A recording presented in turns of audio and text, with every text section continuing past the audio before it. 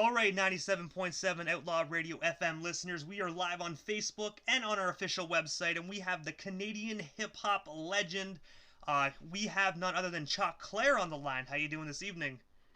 Man, I'm good, just moving and grooving like how everything is moving right now. So I'm doing well, and I hope everybody out there is doing well as well. Oh, most definitely. I noticed you were actually in my hometown yesterday of Brockville, Ontario. My wife's cousin put a picture up with you at a dry cleaning place. Oh, yeah, I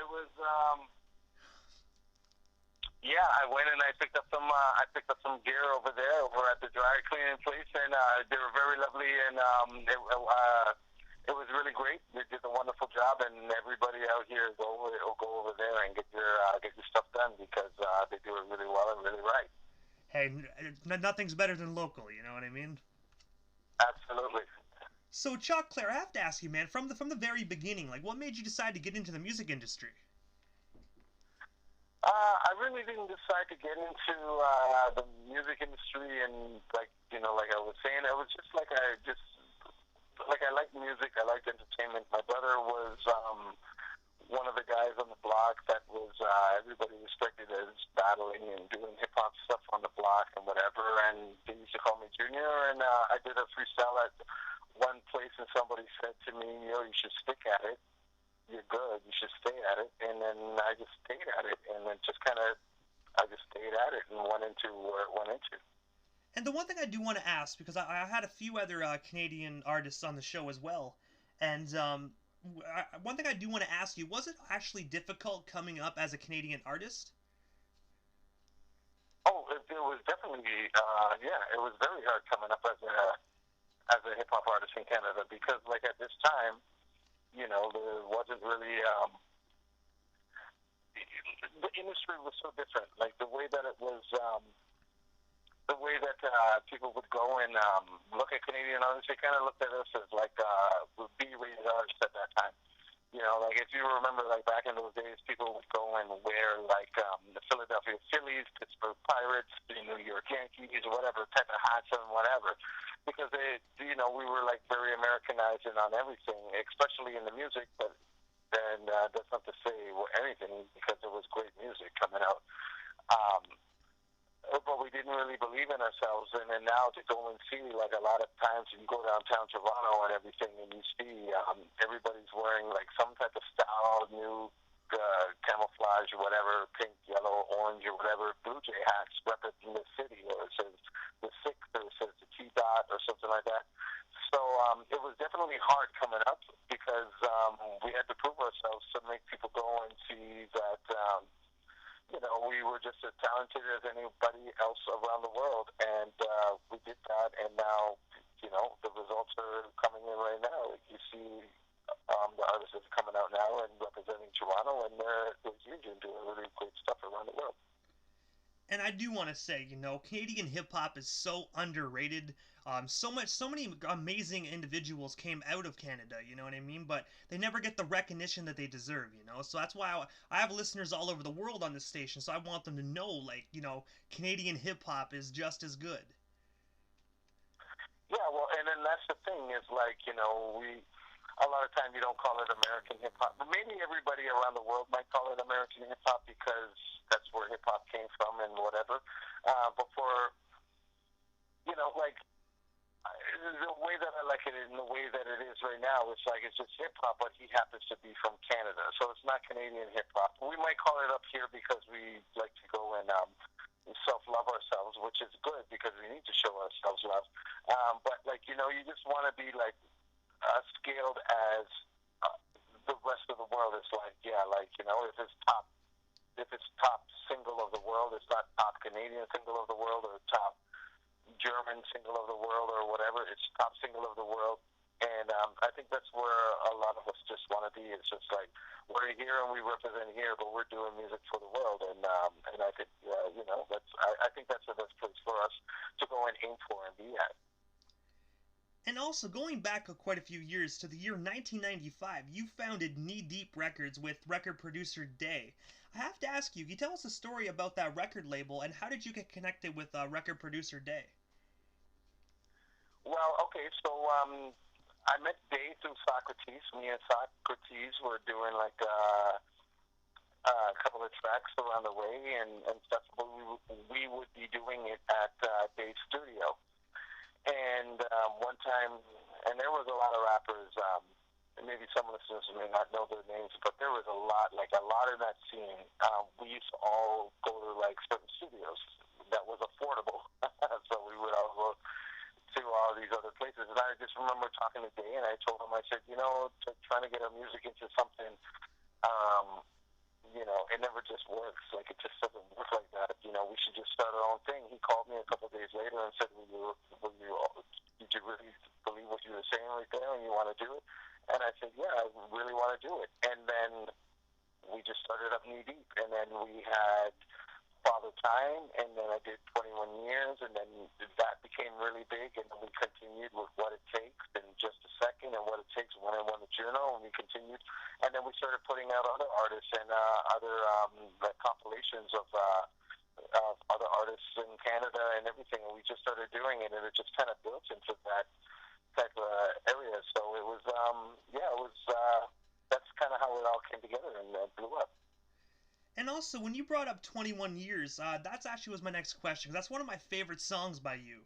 I have to ask you, what's the inspiration behind that single? The inspiration behind 21 Years pretty much was,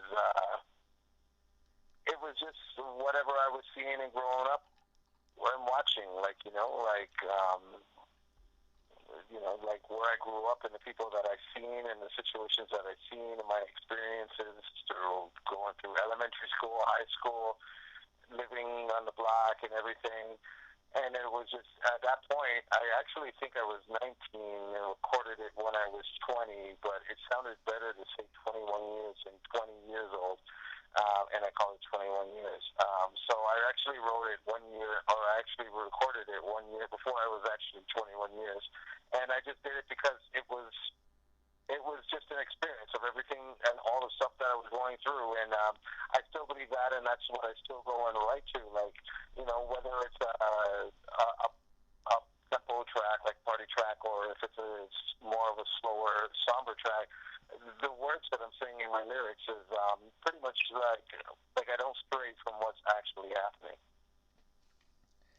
And also, you along with the Rascals contribute to the song called Northern Touch, which actually received 2 Juno Awards and 1 Much Video Award as well. Can you tell us a bit more about that? And also, what was it like earning 3 awards off that particular track? Well, it was amazing because, this was, as I was saying, that's when I started Knee Deep Records. It kind of came in the middle of all of that. Like, we were still doing our thing here and there with other artists and stuff. And then the opportunity to go into Northern Touch came up. And it was great because we went and we recorded it, and we went to, I forget the name of the studio, but I know it was at Bathurst and Queen in Toronto downtown. And we went there and recorded the song. And then the way the reaction, the way that people just kind of gravitated to it, it was such a great feeling. And, before I was a fan already of the Rascals and everybody that was on the track. The only first person that I had to meet for the first time was pretty much Checkmate and Concise and Checkmate. And but we knew everybody, and it was just a great opportunity to go and work with people that we respect and love the music already, and from coast to coast, and go and do it. So it was just a really fabulous experience to go and sit there and be able to work with people and your peers that you actually look up to their music too as well. And you also have been nominated for 6 Juno Awards, winning 4 out of those. I have to ask you, how does it feel knowing you have that many Juno Awards? And also, what was it like being up there, just accepting that prestigious Canadian award? You know what? I'm still assessing it. It was definitely a great feeling. Everything like that, it was great and whatever. But how things change so quick and whatever. It changes so quick and times change and whatever. You're always looking forward, but then sometimes you never really look back and really take in what you've done and how it impacted an industry. um, and things like that. So sometimes I really don't know exactly how it fits in, although I do know it's a big deal. But because I still want to do more, it just doesn't, like, it's not soaking in yet, and I'm still just humbled about the whole thing about me just being able to go and just be doing what I'm doing right now. It's like, like I'm always looking forward. I know it's a big deal. I just don't know exactly how it's impacting me, like whatever. Like I'd have to think about it. Like I couldn't give you an answer just off the top of my head like this right now. But I do know it has a great impact on whichever. But I'm looking forward. I want to get more. I want to go and sit there and do more. I want people to hear more of the music that is coming out, especially from Toronto and around the world. And they go and hear just how great the city of Toronto and the country of Canada, when it comes to putting hip hop together, how great we are. And I'm gonna say this for a fact, Choclair. I know for damn well you're gonna win another. You're gonna win another Juno. There's no doubt about that. We'll see what happens. The records are coming out soon, so we'll see what happens with that. But regardless of whatever, I'm still going to be happy. But yeah, definitely, am I going for one more? I want to make it 5. Yeah, let's make it 5. And also, in the year '99, you actually signed with Priority Records and released your debut album, Ice Cold. That album was actually certified gold right here in Canada. I have to ask you, how did that record deal come to be for you, and how does it feel knowing you got that gold record under your belt? Well, the deal came through, and pretty much it all happened after I did the like right after the Northern Touch tour, because Northern Touch blew up. But I was doing a lot of stuff on the side, like like my knee deep entertainment stuff and whatever. And then I got a deal with,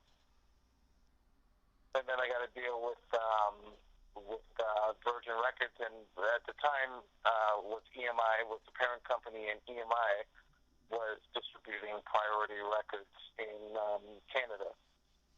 Through Virgin Records, and so just like how all the record deals go, it's like, yeah, we got this, you're going to distribute the records over here, blah blah blah, whatever. And so it worked out there, but it was great because I got a chance to go down there, and it was Priority Records, so it wasn't like going into a New York office. You were going into an LA office, so it was like a whole different vibe, like and bumping into like Mac 10 and all these guys, Ice Cube, all these people at Priority Records, and then looking at Priority Records, they have all of the No Limit stuff up there, Westside Connections, Rascast, all these stuff in there. So it was good, and so yeah, we did it, and they and we went and we just went and popped right through to the country and did our thing, and it was great. We had a great run for sure. And just as a Canadian, just as an artist like yourself, getting signed with Priority, that must have been such a huge achievement for yourself. Because back in those days, Priority was a really huge record label. Yeah, Priority was that's where everything was coming out, right? Like No Limit was out of there. Well, it changed to Interscope, but Death Row was coming out through there. But then Priority was EMI, like in capital, like the way, if people who know the industry, like how the umbrella works. So there's still like Virgin, and that's Janet Jackson and Rolling Stones, and so like it was great company to be in. So and I appreciated it, and I appreciated everything that they did for me at that point for sure. And also, you had the opportunity to work with ODB, also known as Old Dirty Bastard, from the Wu-Tang Clan. I have to ask you, how did yourself and ODB get connected, and what was it like working with him? Well, I don't know exactly how we got connected. I just know that beforehand, I would meet, like, I went on tour, and I was on tour and would do shows, like stopover shows, and I remember it was, like, Maine, and it was Ghostface and Method Man and someone like that, and it was Raekwon possibly and stuff like that. And we would go and we would talk, and then maybe it just came up to there. And then, I don't know, just the opportunity. I don't exactly know how it all came together, but the opportunity for me to go and work with ODB in LA came up, and me and Socrates went out to LA, and we went and we recorded a track with ODB, and it came out, like, really dope. And unfortunately, there was like rights and stuff like that attached to ODB, why the track didn't come out when we recorded it.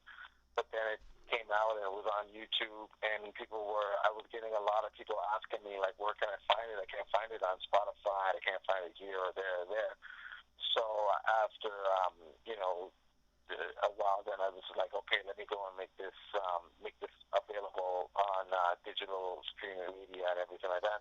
And and a lot of people, they think it's like a brand new song, like it just came out now, but yeah, it's been recorded from a while ago. I'm just glad and happy that I'm able to go and let people hear some of the music that he did and that I did with him, because it's a great song, and I think that it goes to show just to how talented ODB was and versatile in working with Choclair and all the other things that he did as well. And I have to say, I heard many stories about ODB, and he sounded like such a fun guy to actually be around. You know, I heard tons of funny stories about that guy. Yeah, he's very cool. Like, there's nothing bad that I can say. He was a very cool person, very chill. We talked. We had our moments and talking about this, that, and music and everything. And he was very good. And rest in peace to ODB. I'm glad I had an opportunity to go and sit there and actually do music with him. And just do that. It's an honor, and I'm glad I had that experience, and rest in peace to old dirty bastard for sure. And also, in the year 2001, you opened the Music Without Borders concert in Toronto, Ontario. I have to ask you, what was that experience like doing that particular concert? Well, I think the music is. Did I do that with? I think I did it with the Salads. I think was that it? Yeah. Yeah. Well, it was great because I knew the Salads and I was a fan of the Salads, and they were like, like they're a harder type of band, and to go and sit there and mesh, like, like my type of song with their type of style and everything, we went and we did it, and it came off really good. I think we did Made to Move Mountains, and we did Let's Ride, and it went off really well. And it was such a good experience, and to go and do things like that for a great cause, it's always a good feeling. And and being on stage is a great feeling, but then to feel good that you're on stage for a good cause is, just like pretty much just doubles it up. And also, you were featured on Matthew Johnson's "Gone Get It." I have to ask you, how did you get connected with Matthew? Well, there's this place in Toronto. It's called Free Play Toronto. It's like going to an arcade. So it's like a very nice, cool spot to go, and it's a very cool spot. They were launching in January of this year, 2020, and they just I was helping to launch it, and then I met him there, and then we talked about the song, and then we came up with a vibe for the song, and we did it. He did it with also Cito from Miami. And then we did the whole song together, and it just did good, and it's doing really well, and he's doing good over there, and that's how that song came together. It was just like all it was just like people that just enjoy music and respect music and love music and just want to go and make it work how we go and do it, and that's what it is. It's just music lovers, just people that love music going and putting all of our styles and different styles and vibes and everything together and making it as one and coming out with something that's dope, a dope cake. And also, I have to ask you this, because I saw these tour dates around like a while ago, a couple years back, and I wish I could have grabbed myself some tickets. But in 2018, you joined Classified and Maestro Fresh Wes on the Canadian Classic Tour. I have to ask you, what was it like going on tour with those two individuals, and what particular cities did you happen to hit? Oh, going on the tour with Classified? Yeah. And then, that was an awesome tour.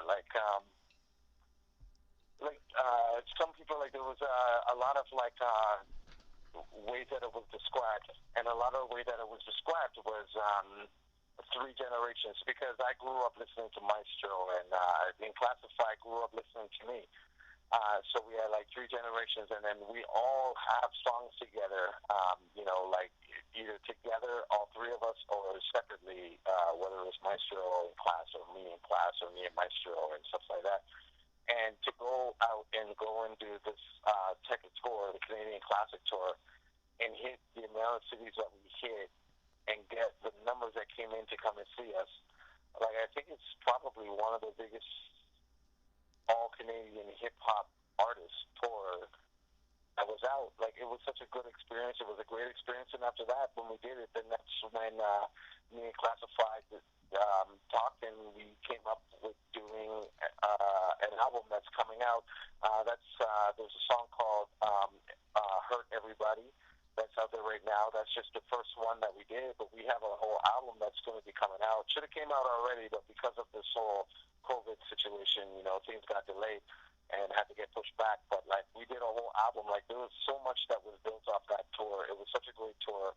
It was something great for people to see. And everybody, I can tell you, anybody that came to that tour, to that show when it came to their city, they'll tell you that it was one of the greatest shows that they've probably ever seen. It was really good. It was so good. And I'm glad. And that's Canadian hip-hop history, the Canadian Classic Tour. 3 generations of Canadian hip-hop right there. Do you think down the road you guys might do like a Canadian Classic Tour Part 2? We'll see if that happens down the road. You know, like this came together so like organically. So you know, yeah, we could plan it or something like that. But like the way it came together was so nice that it just worked out. And so I would love if that's going to be something that's going to happen again. It would be great to just let it kind of happen and come again, like, you know, like, because everybody was ready to see all 3 of us at that exact moment. Like, you know, like, people came to see Maestro, people came to see Class, people came to see me, people came just because they love hip-hop, people came for all different type of reasons, but everybody was there, and that's what made it so dope. And so, you know, we'll let that pot stew for a little bit, and if it comes together again, we'll do it again. But definitely, I know that if it ever does happen again, it will be even more successful than this one, because this one was extremely successful. And I have to ask you, what is next for you? Other than your album you are working on, what's next for Choclair? There's a lot going on. Like, a lot of things that people don't see is because I'm like behind the scenes and writing for people, writing songs, doing this and that, and all these other different things. So there's always something going on, even though I may not be in the public eye doing what I'm doing, because it's behind the scenes. But for me, it's like continue to do music. Like, I understand why, you know, like bands that's been around forever are still around forever doing it, because you just got a love for the music and live performance and doing it. And, you know, so that's going to be me. But there's a lot of expansion, and a lot of these things are going to be coming out this year and in the following year. And so there's a lot more. Music for sure, films, like just everything, books, everything that you can imagine. Our ears and eyes, and definitely the heart is into it, and it will definitely go, and you'll definitely see it. So, Choclair, this is the time in the interview that I give a chance for the individual that comes on the radio station. Just a chance to give shoutouts to whomever they want to give shoutouts to. And of course, your social media handles. That way our listeners can give you a follow and see what's next for Choclair, if they're not already doing so. Yeah, so definitely. You can definitely go and get me at Instagram at Shoutouts Official. You can catch me at Facebook at Shoutouts Official. You can catch me at YouTube at Shoutouts Official. You can catch me on Twitter at Choclair. And then you can catch me on LinkedIn as Mr. Choclair. So I'm around there, whichever, and I do my best to go and respond to messages and stuff like that. But don't get mad if it takes me a minute, because yeah, you know, I do stuff. But other than that, I definitely appreciate everybody. Like, you know, I was just talking to a friend of mine that sent me a picture of myself in 1998 just today, and I was like, wow, that's an old picture. And she says to me, she goes, yeah, can you imagine it's been like 25 years you've been doing this music and over and over? I said, yeah. And I just have to go and support the people that, or show love to the people that supported me for this amount of time, 25 years and plus, and everything like that. I really do have a lot of love, and thank you very much, and I really do appreciate it. It's always a great thing. And I do want to say, Choclair, just again, like I was telling you before we got on the air, I've been a fan of yourself for a very long time. You know, as a fellow Canadian man, thank you so much for coming up on my radio station and just providing not only myself but our listeners with just 25 minutes of your time, man. It was truthfully an honor and most definitely a privilege, and I'm looking forward to your newest projects you have in the works. But I'm very grateful. Thank you. Oh, no, thank you very much, and I appreciate that. And what I want people to go and check out is, if you're listening to this right now, I need you to check out Hurt Everybody by me and Classify. I need you to check out Looking Like Money by me and Jon Snow. I want you to go and look out Guan Get It with me and Matt Yu and Cito. I need you to check out Soul Queen by Yolanda Sargent. That's out there. And on the 22nd of this month is a song that's going to be called Goodbyes by myself and Count Classy, and that's coming out. And then Shoutouts got his own stuff coming out on his own, plus I got my album with Classify coming out. So there's a lot of stuff coming out. Just keep your ears pierced and check out all my stuff, and you'll be up on it, because it's going to be a big year, even though it started out really crazy. Hey, well, you know what? 2020 ain't gonna take Choclair down. By the sounds of it, man, you got a lot of stuff in the works. You know what I mean? Despite the pandemic, it sounds like you're still keeping very busy. Absolutely, yeah, man. Got to keep busy, man. I got to keep going. Get the food for the soul. Keep providing the food for the soul. That's most definitely true. I want to say, Choclair, thank you so much for coming up on the radio station, and of course, be safe out there. And hopefully, down the road, we can make this happen again. All right, for sure, brother. Thank you very much. You're most certainly welcome. Have yourself a wonderful night. You too, bro.